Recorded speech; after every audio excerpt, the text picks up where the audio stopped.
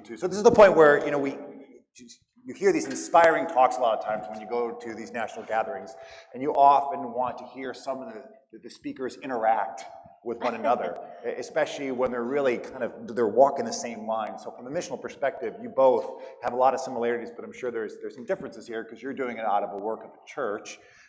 And you, of course, Nicole, are doing it out of a church, but it's also Jericho Road seems to be, its own advocacy program that's attached to the cathedral.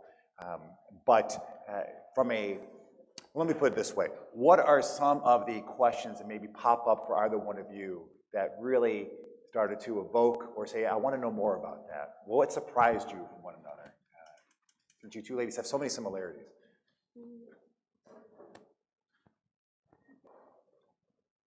I'm thinking. Right. I think that the question I get all the time is, how can we help? How can you help us? How can we get involved? And so we talk to people all the time about the possibility of volunteering. We manage so many volunteers every year coming in and coming out. We talk, of course, about partnering with other groups to figure out how we expand our reach and then be able to help more people. So that's a lot of the questions that we get all the time. And then people are always surprised.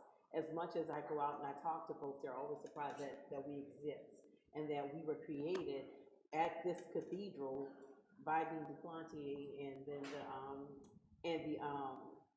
the bishop at that time in response to the hurricane, because housing is not something that you think about naturally as a part of a church ministry, but it was just in response to the needs of what was happening to our city at that time. Well, you both have taken on what we heard, just some monstrous projects. What you've been doing is dealing with some serious money, buildings, but also teams. And so for some of us who are in maybe the gestation period of figuring out our missional call or being inspired by what you two ladies do, how is a way that, for the folks who are listening here and the folks online, we have 750 people on live stream. Hi. So keep on sharing that Facebook feed, by the way. What's your word of advice for everyone here so they're not overwhelmed and saying, oh, I don't know how I can do that. I mean, I don't know how I can be this huge advocacy program that's going to start saving a neighborhood or start a whole town. What's your advice for folks who are seeing a need but feel really overwhelmed by saying, I don't know if I can do something big like that. These women are super women, What's your word of advice? I think what we did really effectively is we looked at our gifts, but we also were really good about figuring out partnerships. And also, we're really good about returning people's phone calls. Okay. That is a really essential characteristic of a project that's going to go forward. Because you never know. I mean, I really did think the Trinity Wall Street, I thought it was a joke. They called. I had to call them back. In my work as a congregational development person in my diocese, there's often so many people that don't call you back. And we think, oh, I'm too busy or it doesn't matter. Calling people back and being in communication and saying what your needs are, being clear about, your path is really, it seems like a small thing, but it's really, really important. And Nicole, for you, some people might think, well, there's a whole support of a cathedral, and so I don't know if I could do that. I have a small church, but as we've heard many stories already, it doesn't matter the size of the church. If the Spirit's behind it, it's going to happen. So what's your word of advice for someone who might feel overwhelmed, where they see some troubled waters out there in their community, but they're like, I don't think I can do that? No, you know what? We are a small organization. In terms of the work that we do, we could never, I think, never do have the amount of resources or staffing that is necessary to get the work done that we do. But a lot of it is pulling from the community at large, from the Episcopalian community here in New Orleans. Also from working, we have an incredible staff that's only 3 permanent staff people, but we have 4 AmeriCorps Vista positions that come in and out every year. And so these incredible young people who work with us, who are energetic, who have not been jaded by life yet. They come in from college, and sometimes we have to deal with some millennial tendencies, but they really come in, and we would not be able to get the work done that we have. So it doesn't have to be the support of a large congregation or even a large staff. Being effective in terms of your partnerships, leveraging all of your partnerships, figuring out how to do what you need to do with others who are doing that in the community. That's part of the reason why we're a part of the Greater New Orleans Housing Alliance, because we know that this work is so overwhelming and it's so much work to be done that we can't do it alone. So we work with neighborhood organizations that exist all throughout the city at every level. Okay, this is what we need to get done. Who else is doing this? Because we have a very small staff. It seems we have so much programming. When I speak and I look at it, I'm like, we're doing a lot. And I don't think about it because I just come to work every day and I do it. But you can do this with a small staff because we are a very small but mighty staff, I like to say. With small but mighty. So from a faith perspective, right? So this is the whole theme of this driving us this weekend is ministry in troubled waters, ministry during times of chaos, right? During troubled times. When you're out there and you're responding to God's mission, so God, you felt the Spirit was calling you into this ministry, and you're hitting conflicts, you're hitting struggles. How does your faith, your walk with Jesus, how does that support you and your team? What do you all do from a spiritual perspective to keep the troops, everyone rallying and say, we can do this, especially when you're hitting some major big obstacles? So what we did was, remember I talked about, we're a safe harbor, and then, we're the sign. We have to be the sign. Well, we also then developed something else. We're the hands and feet of Christ. Something that really we live. It's authentically who we are. But, the hands and feet, they work really hard and they get tired and dirty. And so we're constantly reframing and going back into, remember, we're the hands and feet of Christ.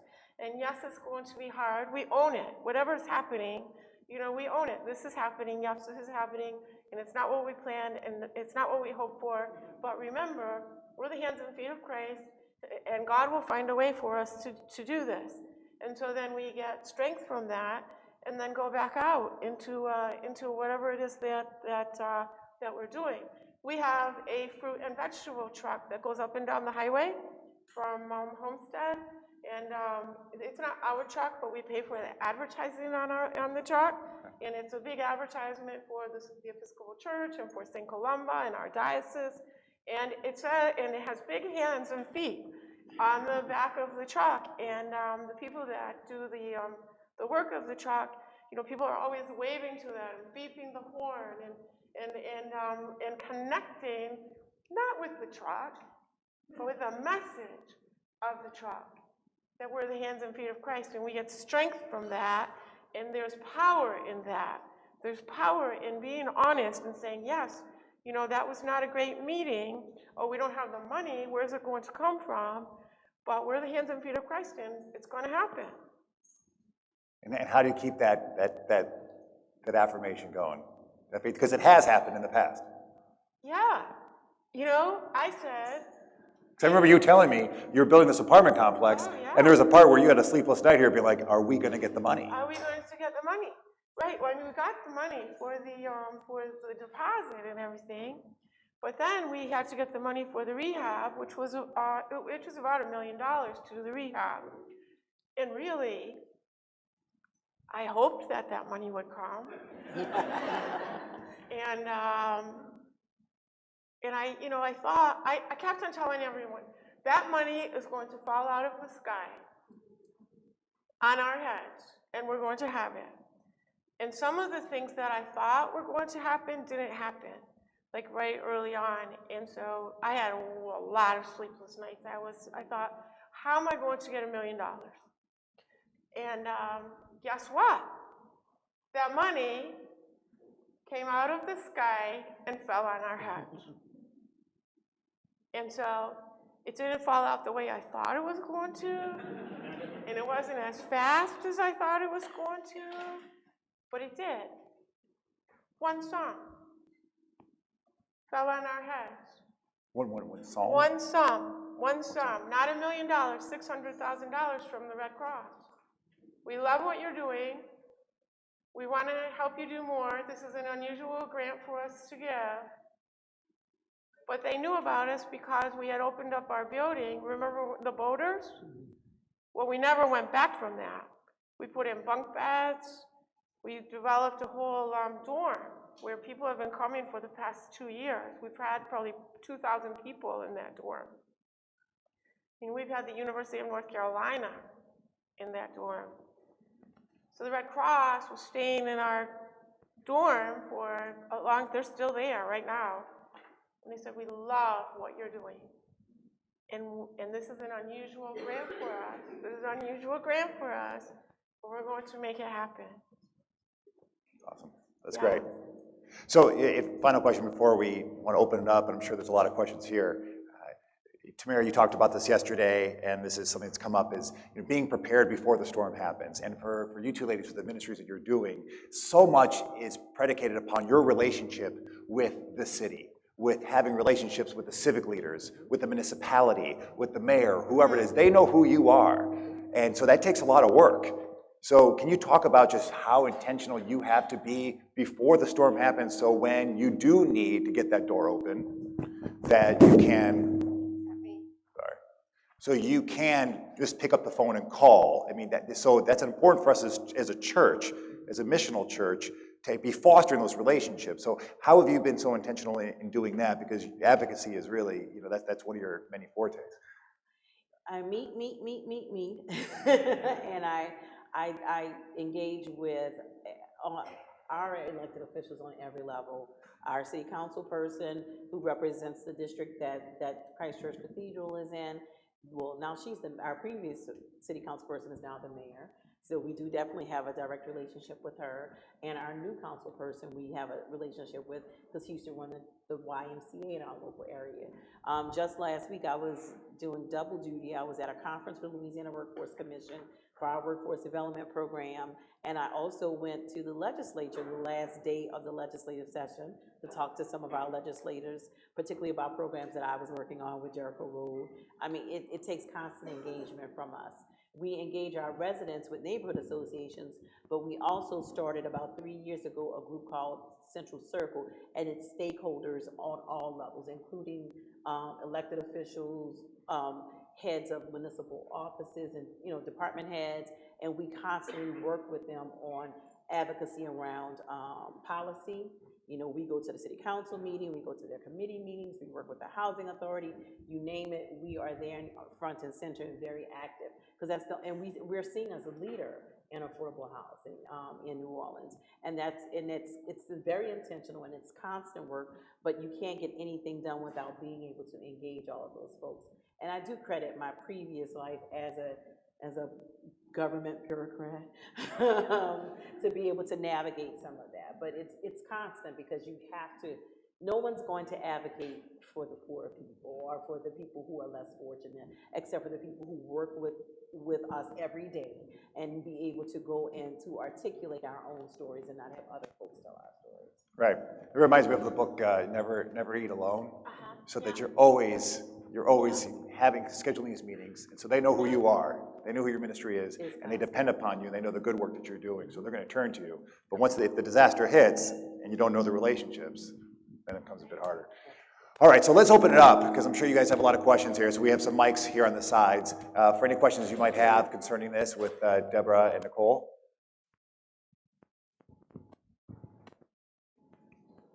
Thank you. Can you hear me?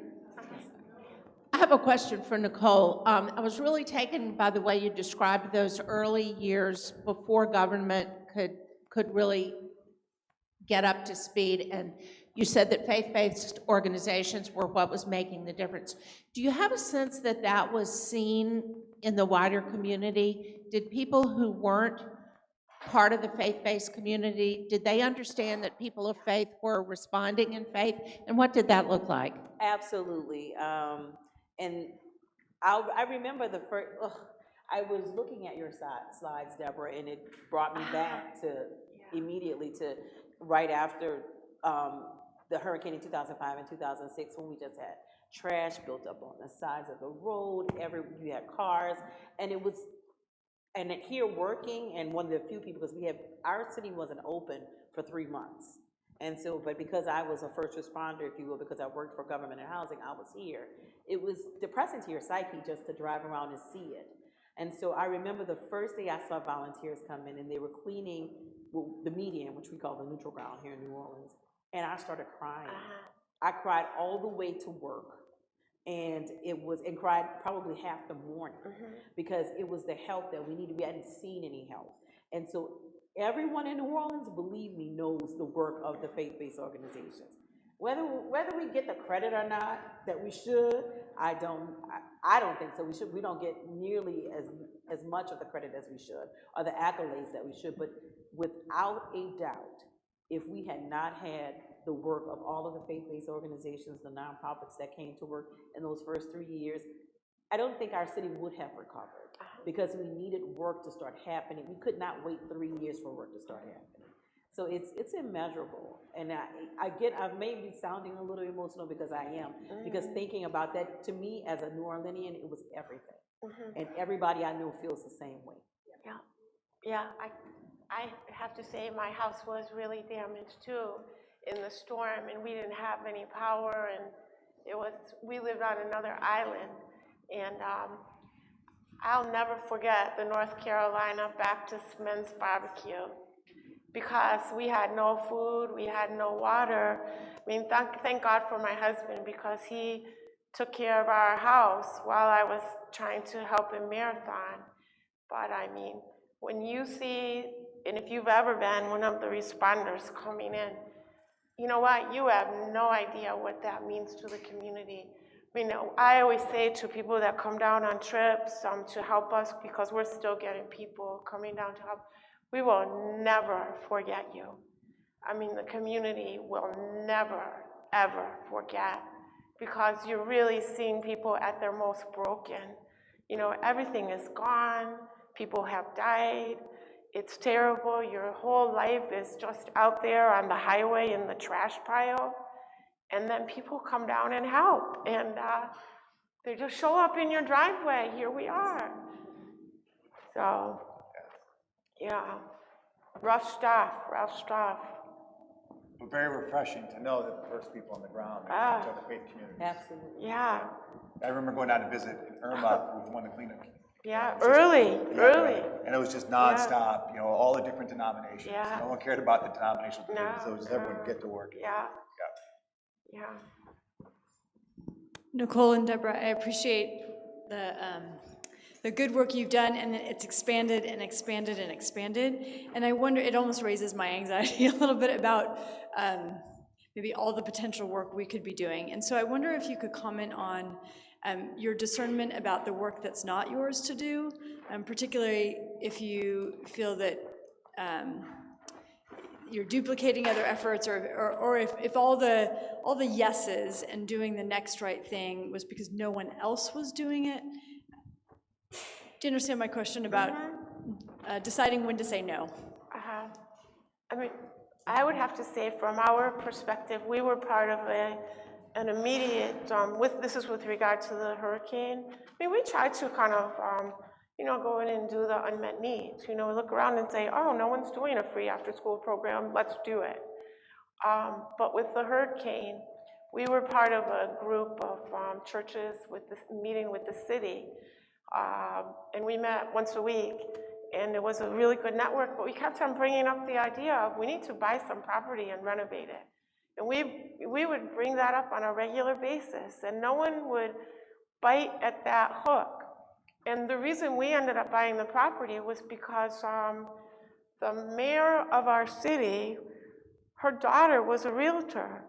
And so she must have been looking for us, and they identified the property. So, it's just part of the network. I mean, if we see something that we think, oh, we can't do that, but maybe these people could do that. We work a lot with Habitat for Humanity, for example, or the food bank, and we try to share the burden. I think that we, as we've evolved, and Jericho Road has evolved, it has been in response to what the actual need is. So, for example, in New Orleans, affordable housing was a need because of a supply and demand issue after the hurricane, with 80% of our housing stock damaged. Right now, we're at a different crisis that is man-made, but it's affordable housing crisis that it equals the level of what it was immediately after the hurricane. When you look after the hurricane, we had all of these nonprofits to start up to do the work, and there was enough work for all of us to do. We probably had about 12 that were up and operating in the height after the hurricane.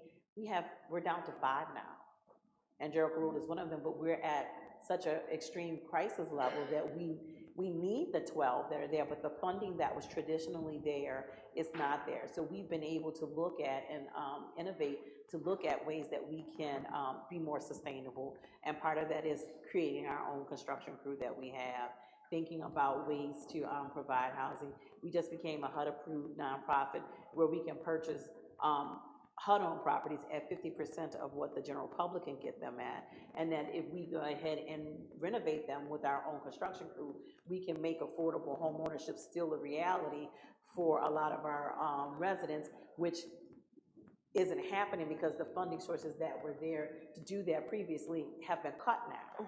And the disaster money is gone now. We're coming up on 14 years after Hurricane Katrina, but we still have areas of the city that still need extreme help. One of those areas, the Lower Ninth Ward, is still really suffering from disinvestment and revitalization. And one of the groups there they've been leaders in working with the Ninth Ward, but they don't do housing. They've approached us because they like to partner with us because they know that we can do the work, and they can attract the funding for it based upon their relationships that they've had in the Ninth Ward. So we work with groups all of the time to leverage opportunities, and we're not going to repeat, like they have the community engagement portion. We have the development know-how. We have that expertise. So that's the way that we can make more effective partnerships and to continue to do the work that we do. And both of you have been very clear about your mission, the mission of St. Columba, the mission of Jericho Road, you know, the quote from MLK. Does that help you say no, or to be like, we can do this, but we can't do that? Does that help you so you can remind your team of when to say, you know, guys, this is a big need, but this is not for us? It does help, but I mean, sometimes you can't help yourself. And our own occupied rehab, the program that I talked about, because we're in the community building brand new houses, yet we're next to houses that people own and that are in disrepair and they can't afford to do it. So what we would used to do was we would refer them to Habitat to Humanity because they have the Brush with Kindness program, or we would refer them to Rebuilding Together through our Preservation Resource Center. But we continue to send people there knowing that their waiting list was very extensive or closed. And it didn't make sense. We knew we weren't really helping them. We would say, we don't do that, we don't do that. And so we said, okay, let's take a stab at this. And so we applied for a very small grant, very small, from the Federal Home Loan Bank of Dallas, $70,000. And we did repairs to 12 houses for seniors. So that's roughly $5,000 a house. I mean, you can't do a whole lot, but thinking about being very strategic about what was the most pressing need, we were able to do things for seniors that could not do this for themselves. So sometimes you have to say yes even when it's not what you do, and that's how you evolve, because there's a whole population of seniors who cannot get help and who are who could be housing insecure even though they own their own homes because they can't maintain them. So we try our best to stay in our lane, but sometimes our lane expands. Sure, sure. Yeah. I had a question. Both of you are involved in housing development, and I was wondering if either of you have had any conversation or exploration around the use of housing trusts. Because Nicole, you were talking about how the cost of housing is rising pretty rapidly, and we're in Western Washington State, and so while we're in a really poor community, the housing market in the rest of the area still inflates prices. And so I was wondering if there's been any talk about using housing trusts or things like that to help cap prices and allow for lower income people to move toward homeownership. Go ahead. Well, for us, right now, we have rental property, and by our grant, And then also by our relationship with the city and the county, our complex that we have now is workforce housing, is dedicated to workforce housing forever. And so even if we decided we were going to sell this complex and make a lot of money, which we're not going to do, but even if, say 20 years down the road, then that money from the sale of that property would only go toward the development of additional workforce housing. That's part of our, so we worked hard on that with our partners in the beginning. So we have a land trust here in New Orleans, and it's been not as successful as it has in some other areas, and that's on the homeownership side. They've been able to make some very strategic investments on the rental side. And it's so funny, on just Wednesday, I had a lunch meeting with the executive director of the land trust, because I had a reputation for being anti-land trust. And so I said, no, we need to clear this up. I'm not anti-land trust. And so we had a very good lunch, and it's because thinking about land trust for home ownership, you can ensure that you'll have a place to live, that you can basically know and predict how much you're going to pay, but you don't own the earth underneath it. You aren't able to realize the equity buildup that you would in traditional home ownership. And so home ownership is the #1 asset building mechanism that we have in this country. So when you really want to talk about building generational wealth and changing from, flipping a coin at a beggar, but changing the construct that creates that, you need to think about the next step. So he and I had a very long conversation, and I said, I don't have a problem with land trust, the home ownership model of land trust. I have a problem with equating home ownership, land trust home ownership, with traditional home ownership, because you can't do the same things. But for us, and particularly given the workforce model, when you were talking, Debra, New Orleans is very much like the Keys. We are a tourism economy. We're driven by tourism, and 40% of the people who work in the tourism industry in New Orleans make $24,000 a year or less. You can't rent a decent house or buy a house on that. And so we need to really be thinking about creating housing for folks who are living and working in the only industry that makes our city go. And particularly Central City is a perfect example of that. I don't know if everybody's noticed the trolley outside, the streetcar. Every day you see people walking from our neighborhood in uniforms to work in hotels, to work in restaurants, because we're a quick streetcar ride or even a walk away from their jobs.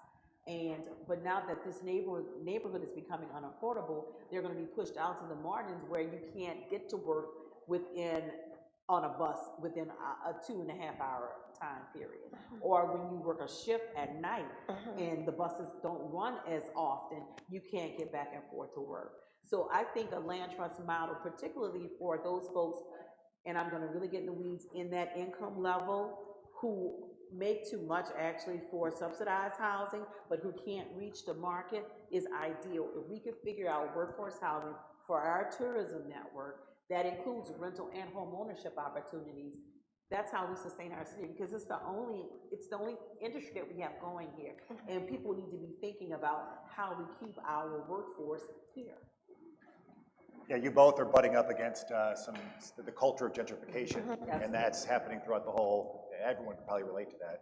How does the church get involved with it? What is our call to stand up for those who are losing the housing, for affordable housing, and the workers who are making it go, and especially the Keys, who are really celebrating the culture of the Keys. And then now they don't have a place to be, and they're having to ship in workers because there's not even workers available. Who is your we? Both of you have talked about, well, we have done this and we have done that. There are people that you talk to every week on the phone and that you meet with all the time. Who are your we? Well, for me, my we is my parish. The people in my parish, and then the people within the different community organizations in town. Can you be more specific? Like, you say your parish, you have a committee, you have Yeah. Well, we have different groups of people. And so I love the Try It program because we are always trying things. We call it our toe in the water. And, you know, we're just going to stick our toe in the water and see if it works. So I'm not really one that so much targets, oh, I think you would be really good at this, or often we'll present a blanket invitation. We want to buy this apartment complex. Would anyone be interested in helping with it? And so it can be an evolving group of people.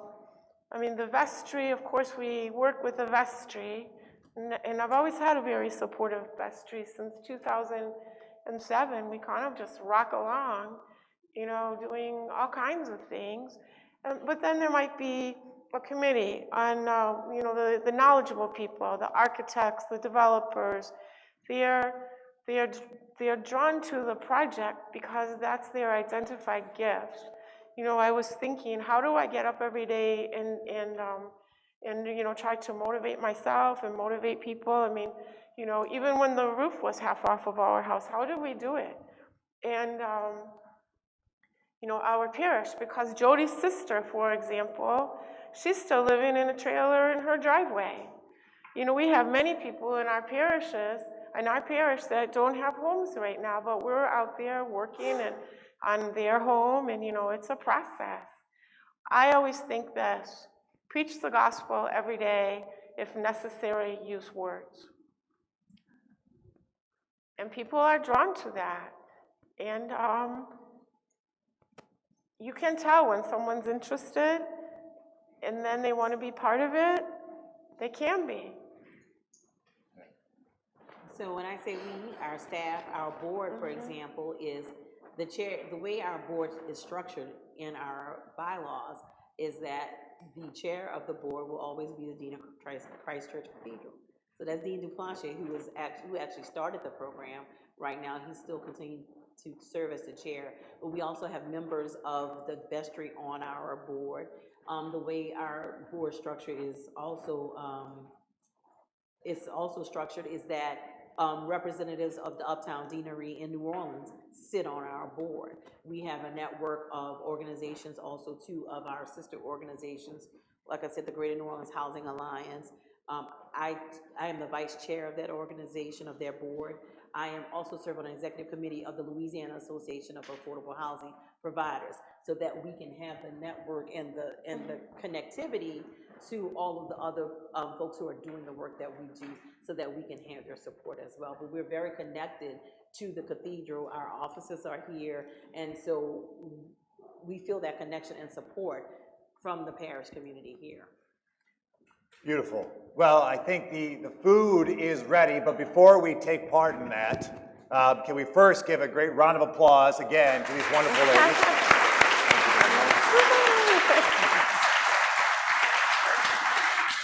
Thank you.